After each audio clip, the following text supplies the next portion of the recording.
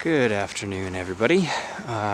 Today is Sunday, December 12th, and this should be a pretty quick update video on electrical. We thought we were going to have electrical rough-in done, and we got a lot of it done, but it's not done.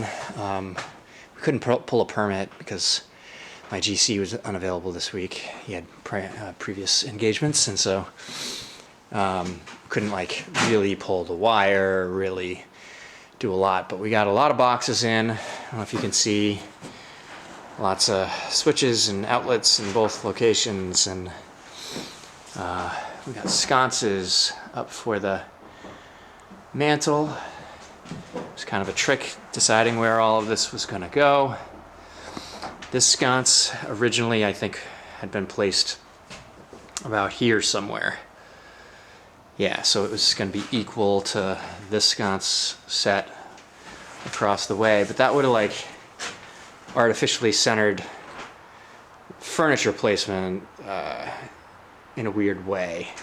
And so we instead just centered them on the wall so that we can have a sofa or something in between them, and it looks a little better.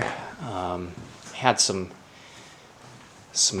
code misunderstanding about outlet receptacles in hallways. I had a lot more in here. I luckily got to rip a lot of them out. And what else is going on? So we got sconces in here again, actually two sets. The ones that are, the back is facing toward us for the hallway, and these are again symmetrical on the space left by the on this wall, not including the door. So basically what we did, I measured from where the door casing is likely to start, the edge of that, over to here, and duplicated it over here minus 5/8 of an inch, or plus 5/8 of an inch, because of the thickness of the drywall here, to kick it out a little bit further. So when it's all said and done, this gets trimmed out. It'll be about the same amount of paint from here to here as there will be from here to here, within a 1/4 inch. And that's I think what's gonna matter. We thought long and hard about it, and Liz and I came to that command decision that that's what we wanted to do. We also kicked around the idea of, we have a lot of scenarios where these back-to-back switch locations are, and we thought about putting an extra stud in here and putting them kind of side by side at the same height, or doing what we've done.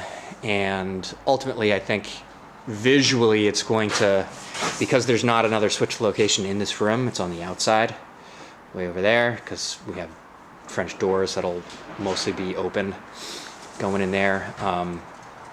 Because what we did was pick the location where it's going to be less evident that it's just a little lower. We hit it around the corner because, you know, if we have the trim coming out to about here, right?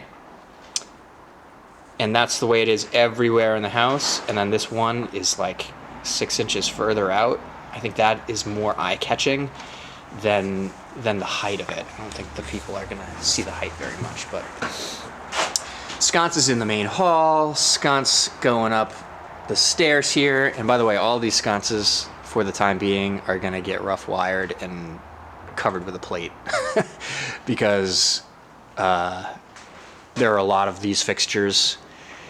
We might do the family room and the dining room for sconces, but there's a lot of them, and we haven't fallen in love with any, and they're all expensive, you know, $100, $150 a pop. So we're gonna do the lighting that we must do first and save some money there. But we're gonna put them all in place. So sconces in this hall, kind of the same exact location as down below, and then again going up to the 3rd floor stairs. It's lined up right on top of the other one, and at the typical height off of the stair, same as the Florida sconce height everywhere else. So that turned out really well. We had a lot of electrical going on throughout here. I did in a couple of areas pick out places I wanted a box for.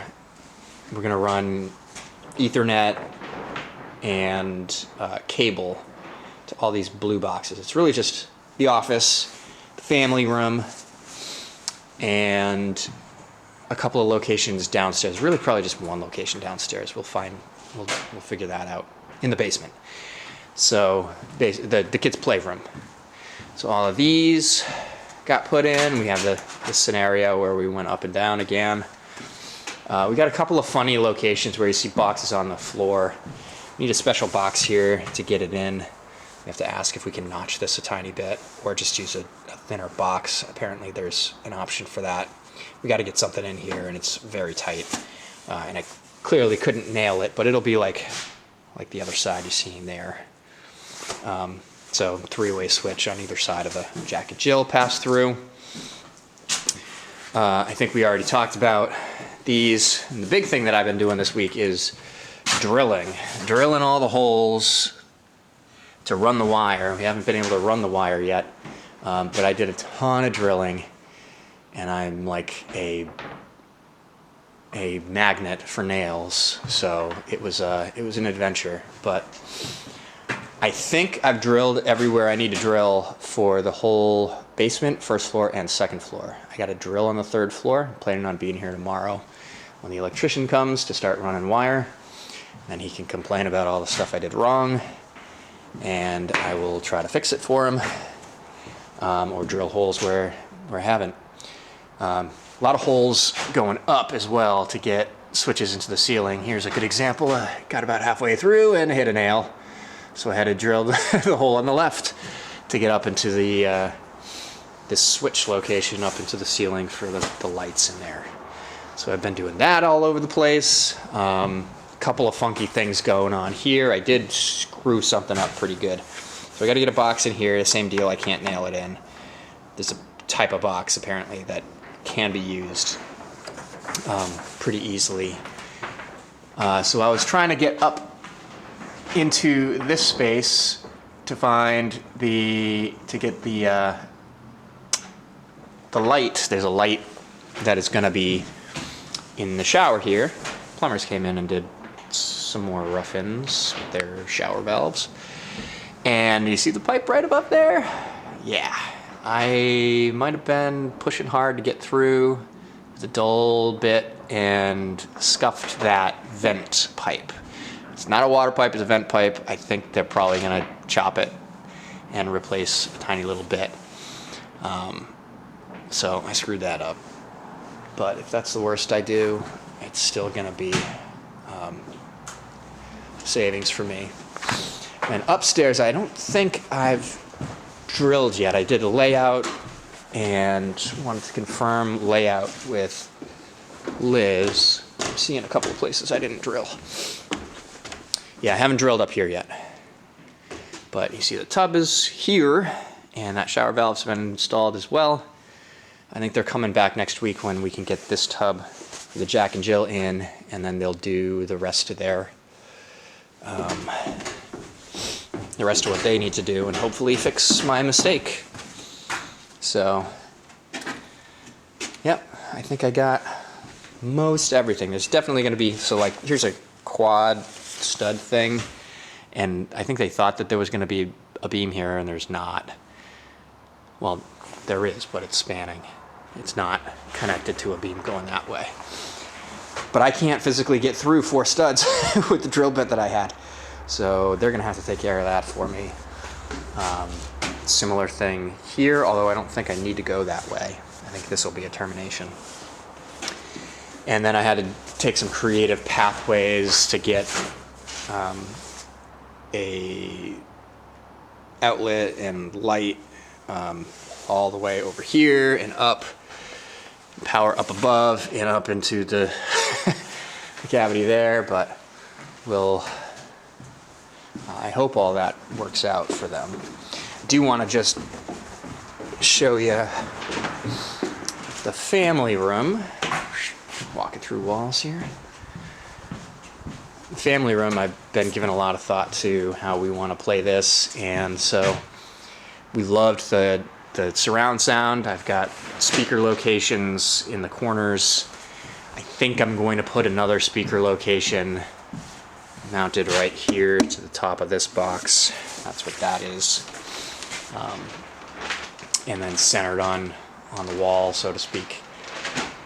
Just in case I want to hang one, it'll probably just be not wired in. I'll leave it on whatever piece of furniture we have down here. But we've got quad power, we've got TV power, we've got a chase that'll be open for HDMI cables, optical, like whatever cables I need to run in here. And then that is going to be Ethernet and cable. And then somewhere in here, I've got to run speaker wire. So I've got to decide, am I going to put it on top of this box? Because I think it's going to be a triple gang. That's what those are saying out there. To get all of the speaker runs that I want run for the surround sound, but also we're going to have speakers outside of this room for outdoor use, and the porch as well. So 2 sets of stereo speakers out there, all run from here. So I got to figure out that one piece still. How do I want to actually do that? But all the electrical has to get run first, because I don't want to be sharing any of the holes or anything with my speaker wire. The power and the signal wire like that don't play nice together. So I want to avoid all the power I possibly can. That's why these are going to be low, and I'm planning on going down and then running away from all the electrical signal wires that'll go this way. I'll go out and up to my boxes, which will be a little bit of a pain, but you do it once and then it's done, and then I have places to plug in speakers. That's my goal. I got sconces that I have to locate in here as well, and they're not in, obviously, as you can see. I know exactly where they're going to go. I got to add a stud in here because I don't want them directly under the speaker location, and the wall location is the big thing. It's like I got to know exactly where this brick wall face is going to be before I really locate that sconce location, because I want it to be the same amount off of that wall. You know, I want it to be equal. They're in the 4 corners. There's a lot of symmetry going on in this room. There's going to be a coffered ceiling effect going on, so like the symmetry is going to be very real and purposeful. And if we screw it up, if this one's 12 inches off the wall and this one's 18 inches off the wall, it's actually the kind of thing, because it's so close, you're very likely to see. We would see that in reality, so I don't want to mess it up. So we're going to wait until I can get confirmation exactly how far from this wall does the face of the brick go, so that we locate everything right. But there's a lot of thought that goes into this, and even our outlet locations here, there's a lot of thought that went into this for furniture placement and planning. There's going to be 2 more outlets in the brick wall. I think I wrote it on the floor here. Yeah, one around here somewhere, and one over here somewhere. And again, we're trying to avoid furniture as best we can. That one's probably going to get buried, but it's required by code. I know I want one out here. I know we're going to have a couch that ends right around that one. So it's what it's the best we could do and stay within code. But the other cool or trying location has been the kitchen here, because the counter height would be around there, and you can see there's only going to be a few inches between the sill and the counter height, so we're kind of splitting the difference there and dropping it below any trim that'll be associated with the window, and above the countertop height by several inches as well. And to make sure we were really going to be safe, we had to turn everything. So that was established by the windows here, and then I want everything else that's visible on a countertop to be the same. So I had to turn it there. There's one missing here because I think this stud right there has got to get pulled out. It's got a huge belly in it, and this needs to be a straight wall.